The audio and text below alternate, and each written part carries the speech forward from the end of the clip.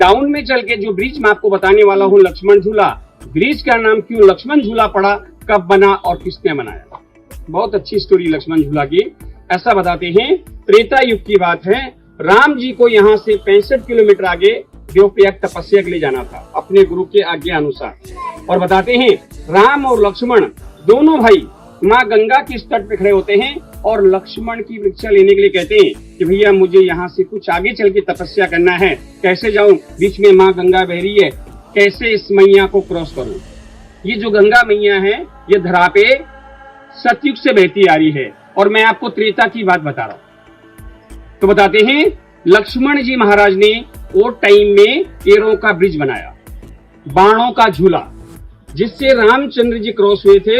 Cross होते ही लक्ष्मण को वरदान दे गए कि भैया लक्ष्मण जब तक ये संसार रहेगा आपके नाम से यहाँ पे लक्ष्मण झूला प्रसिद्ध रहेगा। लेकिन क्या होता है, त्रेता युग के बाद मैंने आपको बताया था कि द्वापर युग आया, द्वापर युग के बाद जैसे ही कलयुग स्टार्ट हुआ जो शक्ति रूपी ब्रिज था वह दृश्य हो गया। उसके बाद यहाँ पे माँ गंगा के ऊपर में कोई झूला या पुल नहीं था। आज हम लोग लक्ष्मण झूला क्रॉस करेंगे, जो आज ब्रिज मैं आपको बताने वाला हूँ ये 1927 का बना हुआ झूला है। उससे पहले यहाँ पे बहुत सारे ब्रिज बने। लक्ष्मण झूला आज हम लोग क्रॉस करेंगे, वहां से हम लोग जीप टैक्सी हायर करके 2 किलोमीटर आगे जाएंगे।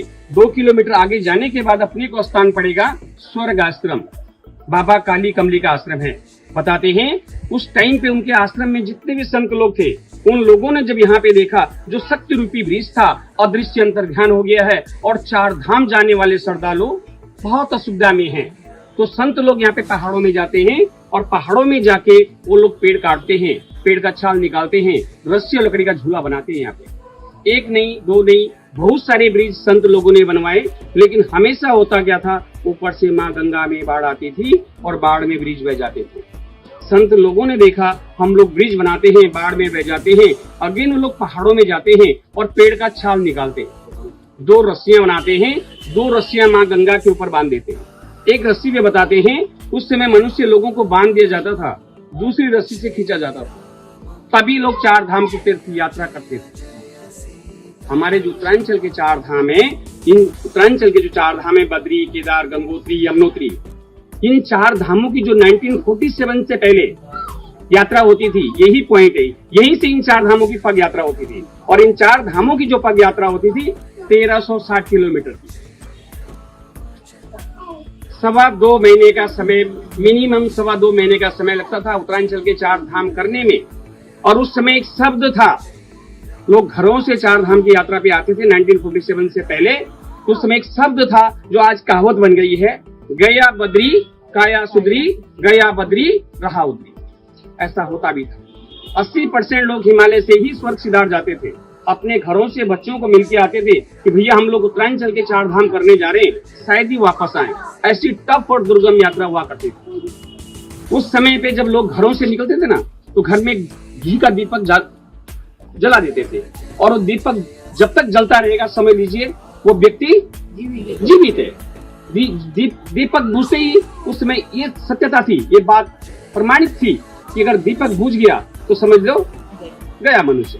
ऐसी प्रथा थी उस समय। और वो आज लोगों को मैं बोलूंगा ना तो लोग बोलेंगे नहीं ये गाइड क्या बोल रहा है, ऐसा तो हो ही नहीं सकता, कोई दीपक जलने और बुझने से कोई मर सकता है। लेकिन सत्यता यही थी क्योंकि उस समय लोगों का अटूट विश्वास था भगवान बद्री पे, नारायण पे, कि ऐसा होगा तो हम समझ जाएंगे कि हमारा व्यक्ति समाप्त हो गया। ऐसा ही था, बात भी रियल है। तो कहते हैं उन्होंने जो यहाँ पे रस्सियों का जो बांधा था वो रस्सियां टूटी, उसमें से लोग गंगा में गिर गए। उस दौरान कलकत्ता से एक सेठ जी सूरजमल झुनझुनवाला करके अपनी वृद्ध माता जी को 4 धाम की यात्रा पे लेके आए थे। लेकिन जब वो लोग गंगा मैया के तट पे पहुंचे और उन्होंने देखा कि गंगा मैया के ऊपर में कोई झूला या पुल नहीं है, सिर्फ रस्सियां बंधी हुई है और ये रस्सी टूट गई है, 5-7 लोग गंगा में डूब गए हैं। तो बहुत अच्छे पैसे वाले थे वो लोग, मन में तो बहुत कष्ट हुआ, उनको दुख हुआ। लेकिन उन्होंने 1889 में 2.5 लाख चांदी का क्वाइन दिया, ब्रिटिश गवर्नमेंट से परमिशन लिया और एक लोखंड का ब्रिज बनवाया। 1924 तक वो ब्रिज चला। 1924 में एक भयंकर बाढ़ आई, आप लोगों ने सुना होगा, भी पढ़ा होगा। 2013 16 जून को केदारनाथ में, गंगोत्री में, हमारी इस तपोभूमि क्षेत्र में बहुत भयंकर बाढ़ आई। लेकिन 1924 की जो बाढ़ थी इससे कई गुना भयंकर थी। बताते हैं उस समय हमारे जो गढ़वाल के नरेश थे राजा सुदर्शन साहब, यहाँ से 105 किलोमीटर आगे चल के गढ़वाल श्रीनगर करके एक जगह आती है चार धाम के रास्ते में। बताते हैं उस समय राजा का वहां पे हाथियों का एक बहुत बड़ा शिविर था। जब ऊपर से वो भयंकर बाढ़ आई तो राजा के सैकड़ों हाथी भी उस बाढ़ में बह गए थे और राजा ने उस बाढ़ को नाम दिया था बेला कुंजी की बाढ़। सूरजमल जी ने जो ब्रिज बनवाया था वो उस बाढ़ की भेंट चढ़ गया था 1924 में। 1924 से 1927 तक 3 साल तक हमारी चार धाम की यात्रा बहुत अधिक बाधित रही। 1927 में सूरजमल जी के पुत्र राय बहादुर तुलसाना जी चार धाम की यात्रा में आते हैं और देखते हैं पिताजी ने जो ब्रिज बनवाया वो बाढ़ में बह गया और चार धाम जाने वाले श्रद्धालु आज भी असुविधा में है। अगेन उन लोगों ने 5 लाख चांदी का क्वाइन दिया। 1927 में ब्रिटिश गवर्नमेंट से परमिशन लिया और झूला पुल का निर्माण करवाया। 1927 में ब्रिज का काम स्टार्ट हुआ, 1930 में कंप्लीट हुआ। 3 साल झूले को बनने में लगा। आज 92 इयर्स ब्रिज का एज हो गया, जो आप लोगों को चलने को देखने को मिलता है। 450 फीट उसकी लंबाई है, 6 फीट चौड़ा है, 12 लोखंड के रस्सों के ऊपर बंधा हुआ है। इंग्लिश में हैंगिंग ब्रिज कहते हैं, हिंदी में लक्ष्मण झूला। हैंगिंग ब्रिज से कहते हैं हम लोग उसके ऊपर चलते वो झूलता है, उसके नीचे कोई सपोर्ट नहीं है, इसलिए उसको झूलता पुल बोलते हैं। ये लक्ष्मण झूला ब्रिज का इतिहास था जो मैंने आप लोगों को थोड़ा डिटेल में बताया। सेकंड बात मैं आपको बताना चाहता हूँ, जिस स्थान पे हम लोग खड़े हैं और जो फर्स्ट में मैं मंदिर का आपको दर्शन कराने वाला हूँ, यहाँ पे देखिए ये बद्री केदार स्मृति मंदिर है। जैसे कि आप लोगों को मालूम होगा हमारे उत्तरांचल के जो चार धाम है 6 महीने ओपन और 6 महीने क्लोज रहते हैं। अभी ओपन है, दीपावली पे सब क्लोज हो जाएंगे। क्लोज होने का कारण क्या है? आइस गिरना। वहां पे लगभग इस समझ लीजिए आप दिसंबर जनवरी में 25-30 फीट आइस गिर जाता है मंदिर के ऊपर में। 6 महीने प्रवास के लिए जो बद्री धाम के लोग हैं इस समय गए हुए वहां पे 6 महीने प्रवास के लिए नीचे आ जाते हैं डाउन में, यानी जोशीमठ ओखीमठ आ जाते हैं। तो भगवान बद्री की भी 6 महीने के लिए डोली जोशीमठ आ जाती है। हम नर लोग 6 महीने जोशीमठ में पूजा करते हैं भगवान बद्री की। और केदारनाथ 6 महीने क्लोज होता है तो केदारनाथ की डोली 6 महीने प्रवास के लिए ओखीमठ आ जाती है, जो कि यहाँ से जोशीमठ 200 किलोमीटर आगे है, ओखीमठ 170 किलोमीटर आगे है।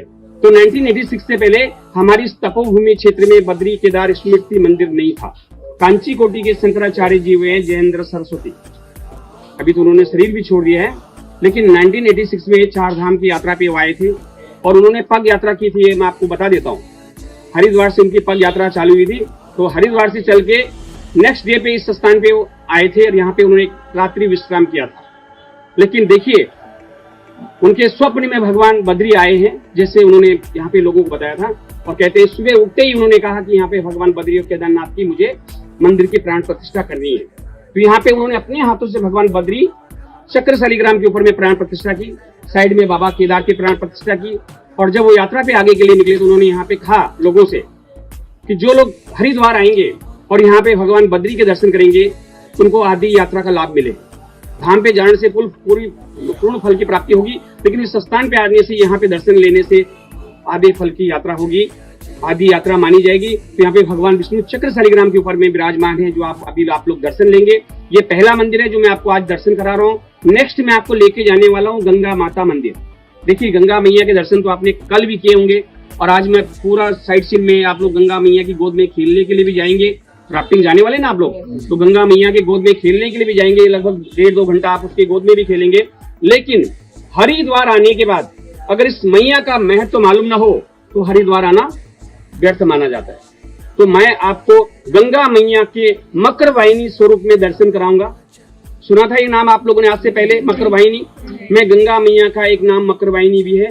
मैं डिटेल में उनके धरती पे अवतारण की स्टोरी आपको सुनाऊंगा। गंगा मैया कब धरा पे आई, कौन इस मैया को धरा पे लेके आए और कब तक ये मैया इस धरा पे रहने वाली है, ये संपूर्ण स्टोरी मैं आपको गंगा मैया के गंगा मंदिर में बताने वाला हूँ। तो प्लीज यहाँ पे आप लोग शूज खोलेंगे, दर्शन लेंगे। और देखिए जिस रूट से हम लोग जाने वाले हैं रिटर्न वापस नहीं आएंगे हम लोग। यहाँ पे माँ गंगा के कृपा करके ऐसा बाहर निकल जाएंगे।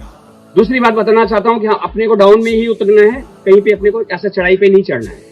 लेकिन ऑन द वे मैं आपको बता देना चाहता हूँ अंदर आपको बहुत बड़ा मार्केट भी आने वाला है, जिसमें से 95% गुड्स बाहर से आता है, जो यहाँ पे मार्केट में बहुत ही कॉस्टली होता है, जिसमें 30-40% डुप्लीकेट भी रहता है। तो मेरा आपको बताने का काम है, बाकी अपना सबका विवेक है। जिसमें से 35% गुड्स डुप्लीकेट रहता है कोई भी आदमी किसी भी अपरिचित आइटम में मिस मत होइए। यहाँ पे अभी आप लोगों को बोलेंगे 20 रुपए में सैंडलवुड की लकड़ी है। आप लोग सोचेंगे शायद यहाँ पे पैदा होता होगा, चीप है, लेकिन सैंडलवुड साउथ में होता है, मैसूर।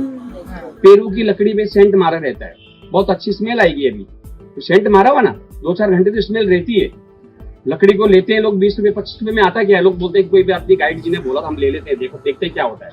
वो घर में जाने के बाद वो लकड़ी का सेंट तो 2-4 घंटे में उड़ जाता है, और उस पेरू की लकड़ी को आप घिसते ना, वो जीवन पर्यंत घिसती भी नहीं है। ऐसे रुद्राक्ष के नाम पे 95% मार्केट में भद्राक्ष बिकता है।